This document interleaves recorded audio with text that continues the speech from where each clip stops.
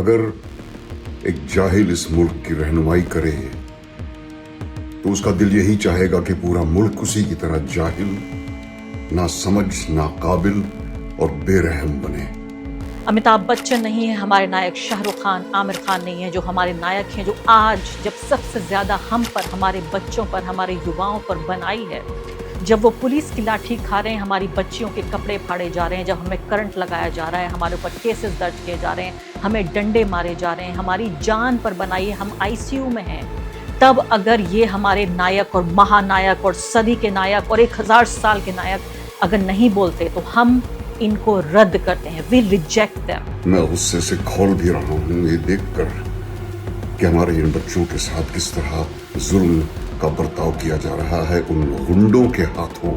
मैं गुस्से से बौखला रहा हूँ। नसीरुद्दीन शाह, जी हाँ, नसीरुद्दीन शाह के इस बयान का एक छोटा हिस्सा आपने अभी सुना, और वो ये कह रहे हैं किस तरह से नरेंद्र मोदी उनकी हुकूमत का कॉलर पकड़कर जिस तरह से सवाल पूछ रहे हैं। सलाम है ऐसे व्यक्ति को, सलाम है ऐसी शख्सियत को जो इतना कद्दावर व्यक्ति। अभी देखिए, कुछ ही दिनों पहले यानी कुछ ही घंटों पहले ये वीडियो वायरल हुआ था। इसमें बताया गया था कि यहाँ पहुँचे हुए थे जंतर मंतर, खामोशी से नसीरुद्दीन शाह खड़े हुए थे, अपने दोनों बेटों को लेकर आए थे। बाद में इसको लेकर इस तरह के कंटेस्टेड एक तरह के क्लेम्स आए कि ये मुंबई का है या दिल्ली का है, वो अलग बात है। लेकिन जो सही बात है इस वक्त समझने वाली, चाहे वो दिल्ली में थे या मुंबई में थे, नसीरुद्दीन शाह सीजेपी के प्रोटेस्ट में उन्होंने हिस्सा लिया, बिना कोई क्रेडिट लेते हुए, बिना कोई भाषण देते हुए, बेहद खामोशी के साथ वो वहाँ पहुँचे। रुआंसू से नज़र आ रहे थे, जज्बाती से नज़र आ रहे थे।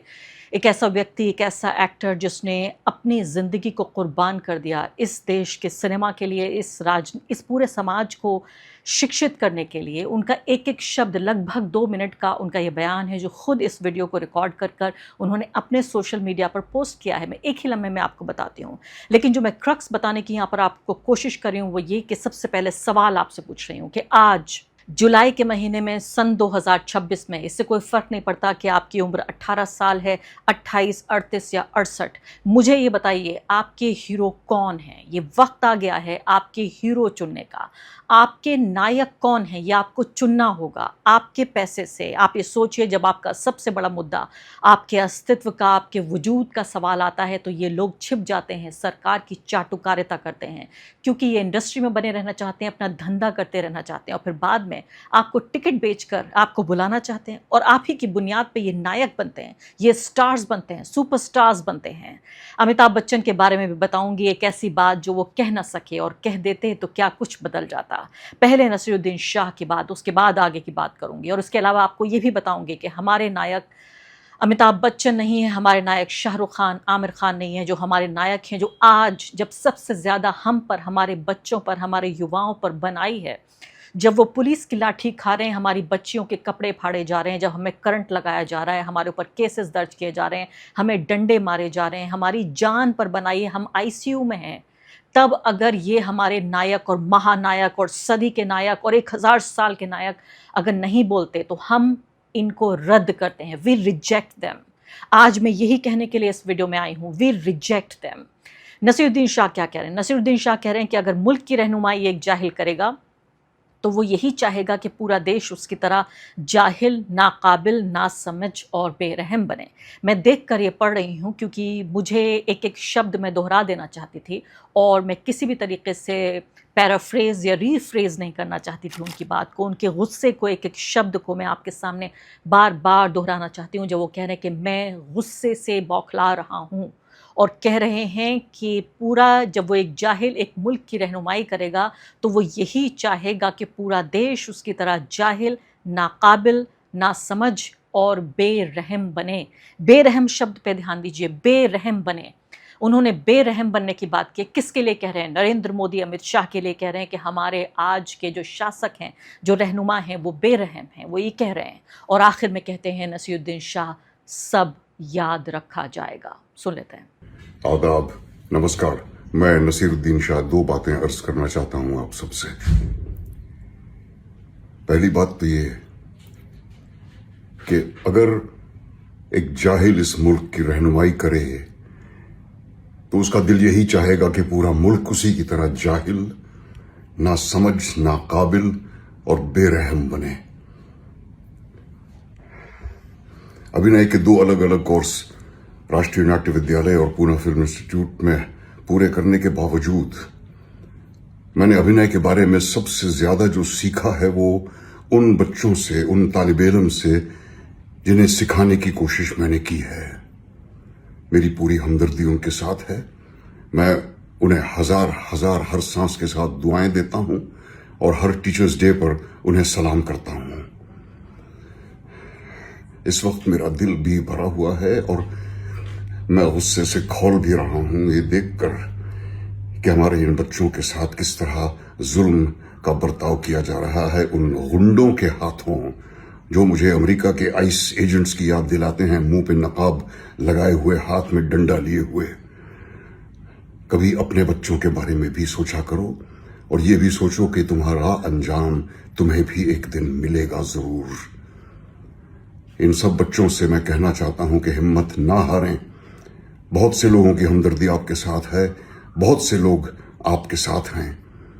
आप लड़ते रहें। मुझे हमारे मुल्क की युवा पीढ़ी से हमेशा उम्मीद रही है और अब वो उम्मीद और उजागर हो गई है। आप लोग अपनी लड़ाई लड़ते रहें, हम सब आपके साथ हैं।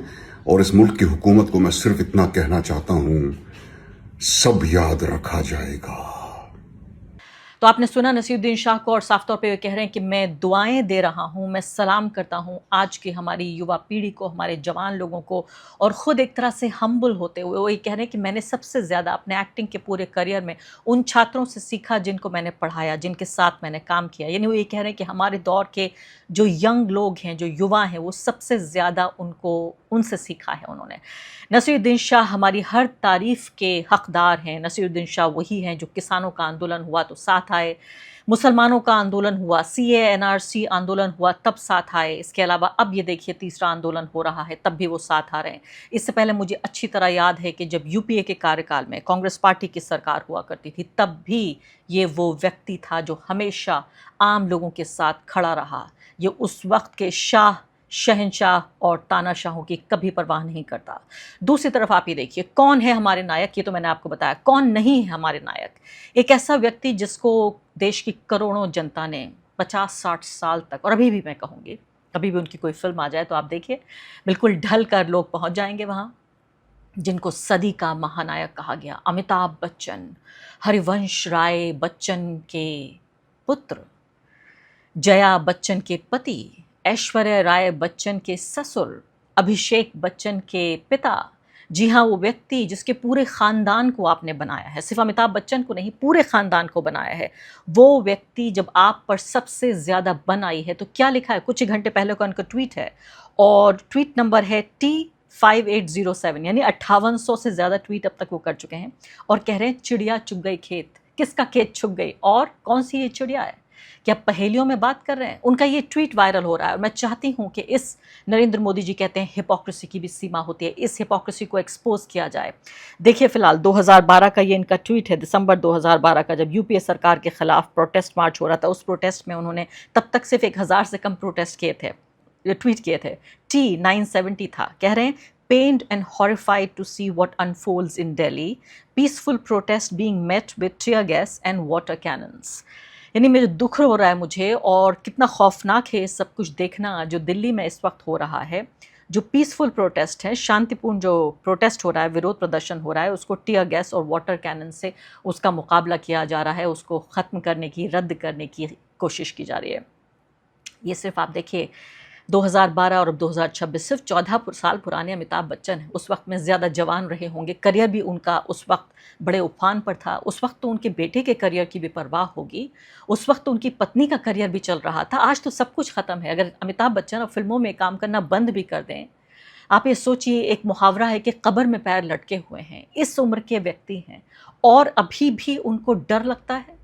दो वजह हो सकती है अमिताभ बच्चन के ना बोलने की, या तो उनको डर लगता है या वो लालच में अंधे हो गए हैं कि अभी भी उनको फिल्म इंडस्ट्री में काम करना है, और अगर अब बोलेंगे तो क्या होगा हुजूर, जो इस दौर के शाह और शहंशाह और तानाशाह हैं वो क्या करेंगे उनके साथ।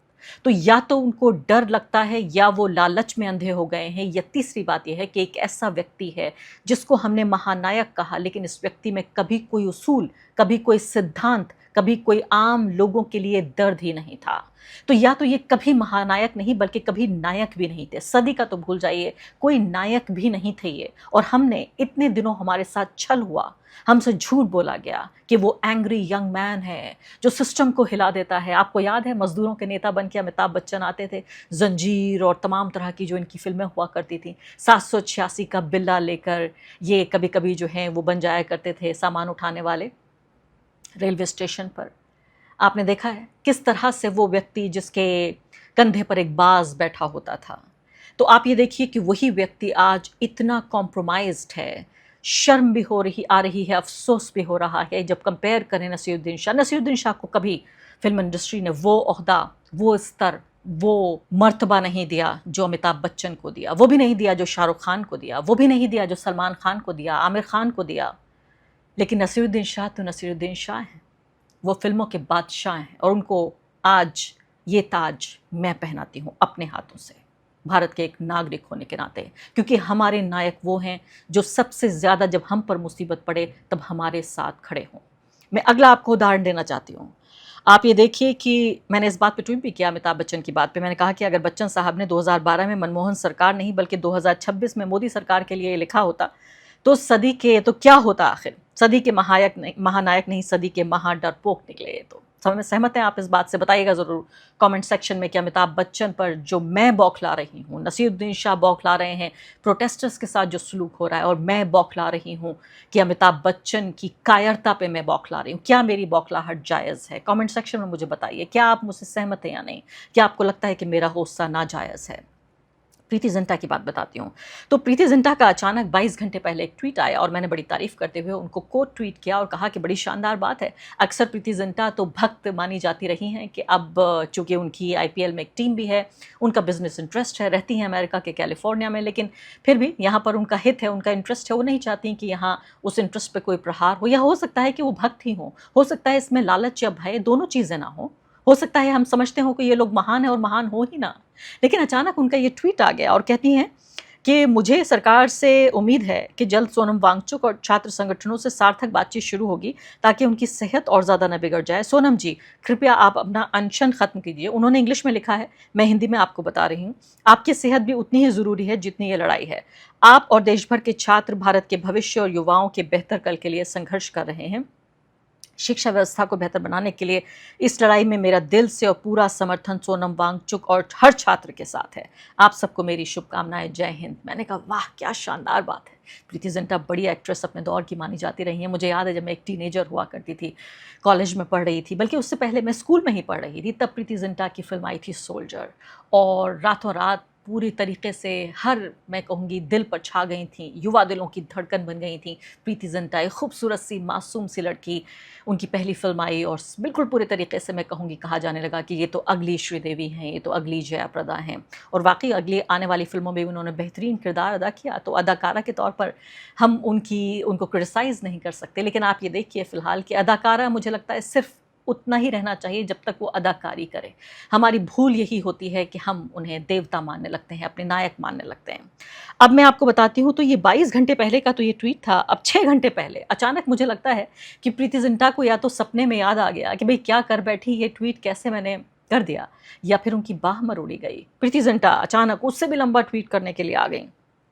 छात्रों का समर्थन करना और शिक्षा व्यवस्था में सुधार की मांग करना ज़रूरी है, लेकिन यह भी उतना ज़रूरी है कि छात्रों का शांतिपूर्ण आंदोलन देश विरोधी तत्व, एंटी नेशनल एलिमेंट उतर आई ना अपने स्तर पर उतर आई।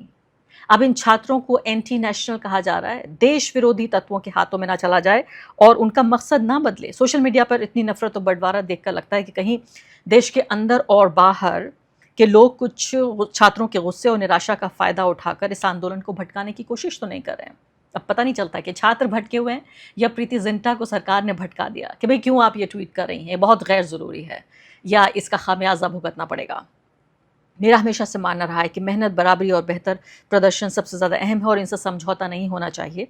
मुझे लोकतंत्र, कानून व्यवस्था और सरकार पर भरोसा है, इसलिए मेरी उम्मीद है कि सरकार और छात्र बातचीत के जरिए समाधान निकालें और शरारती या गलत इरादे वाले लोग इस आंदोलन में शामिल हैं तो उन्हें अलग किया जाए ताकि हमारे युवाओं लोकतंत्र का भविष्य बेहतर हो सके। अब सोचिए, सिर्फ एक शब्द कह के, एंटी नेशनल कह के, इन्होंने अपनी पूरी ट्वीट को, अपनी पूरा जो उनका एक्सप्रेशन था उसको थाली में सजा के हमें दे दिया।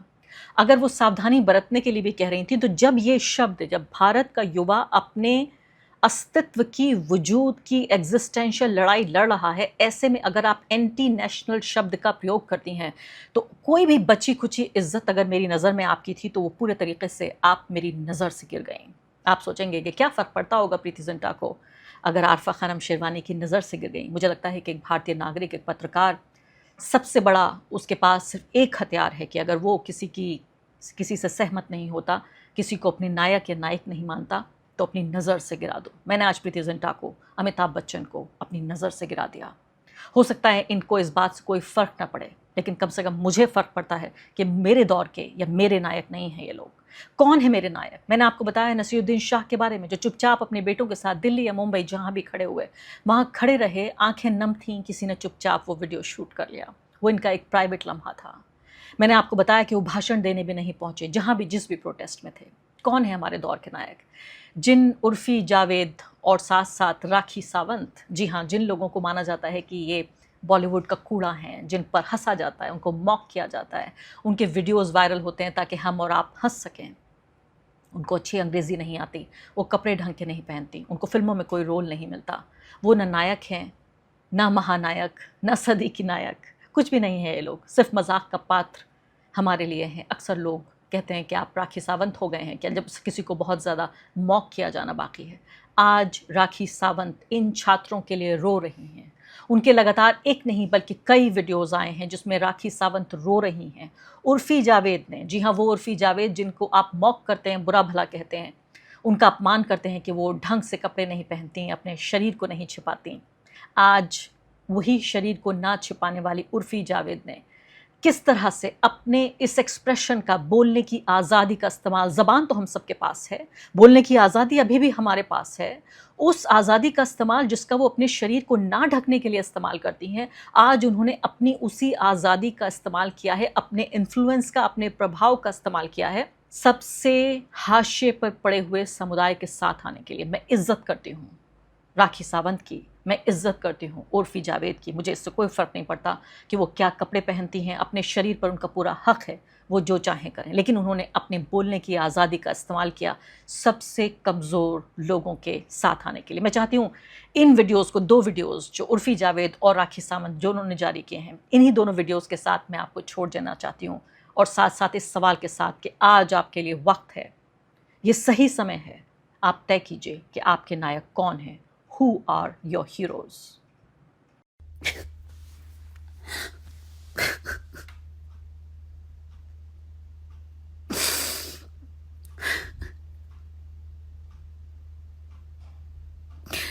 Modi ji, what's wrong with you? What's wrong with you, Modi ji?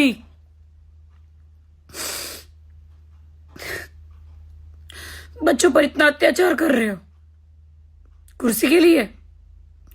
What's wrong with you, Modi ji? What's wrong with you? अब बच्चों पर लाठी चार्ज कर रहे हो, थोड़ी भी दया नहीं है बच्चों पर, थोड़ी भी दया नहीं है देश के बच्चों पर। कुर्सी को लेकर क्या करोगे? क्या कर रहे हो ये सब मोदी जी?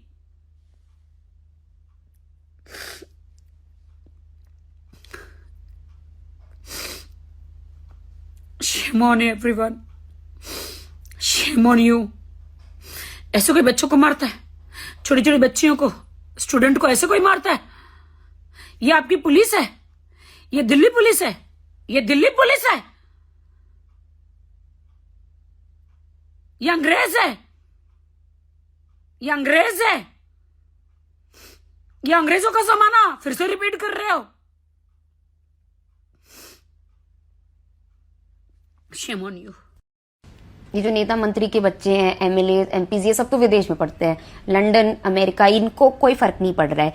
यहाँ के जो बच्चे हैं, जब वो अपने हक के लिए लड़ रहे हैं, जब उनके साथ गलत हो रहा है, क्योंकि वो सब तो आम आदमी के बच्चे हैं, मिडिल क्लास के बच्चे हैं, जब वो अपने हक के लिए लड़ रहे हैं तो उनके ऊपर लाठीचार्ज हो रहा है, उनको टीयर गैस से वो डराया जा रहा है क्योंकि वो अपने हक के लिए भी ना लड़े। और अब मुझे पता है मैंने ये बोल दिया है, रील डाल दी है, तो अब नीचे कमेंट में लोग आ जाएंगे कि कितने पैसे मिले, कितने पैसे मिले। तो मैं आपको बता दूं, जब आप कुछ ऐसा बोलते हो, कुछ पॉलिटिकली कुछ ऐसा, तो brands and OTTs they don't want to associate with you. तो मुझे पैसे मिली नहीं, मेरे पैसे अब कट गए। बहुत महीने तक मेरे साथ कोई कुछ काम नहीं करना चाहेगा, but I think it was important for me to से